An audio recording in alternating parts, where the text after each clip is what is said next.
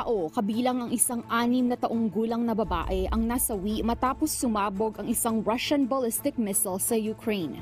Bukod dito, 144 ang sugatan matapos tumama ang missile sa isang theater sa Ukrainian city ng Chernihiv.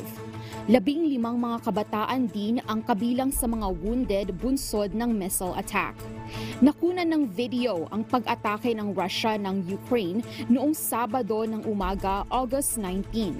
Ayon sa mga opisyal, karamihan ng mga biktima ay naglalakad sa kalsada malapit sa theater pagkatapos ng isang festive morning sa simbahan. Katabi rin ng theater ang isang local park kung saan madalas nagtitipon ang mga pamilya. Kung kaya't kinukonsidera ng mga Ukrainian officials ito na isang war crime against civilians. Samantala, inanunsyo ni President Volodymyr Zelensky na magkakaroon ng response ang Ukrainian soldiers sa Russia bunsod ng terrorist attack nito. Bianca Quijano, UNTV News and Rescue. Diyos ang aming sandigan, serbisyo publiko ang aming pinahahalagahan.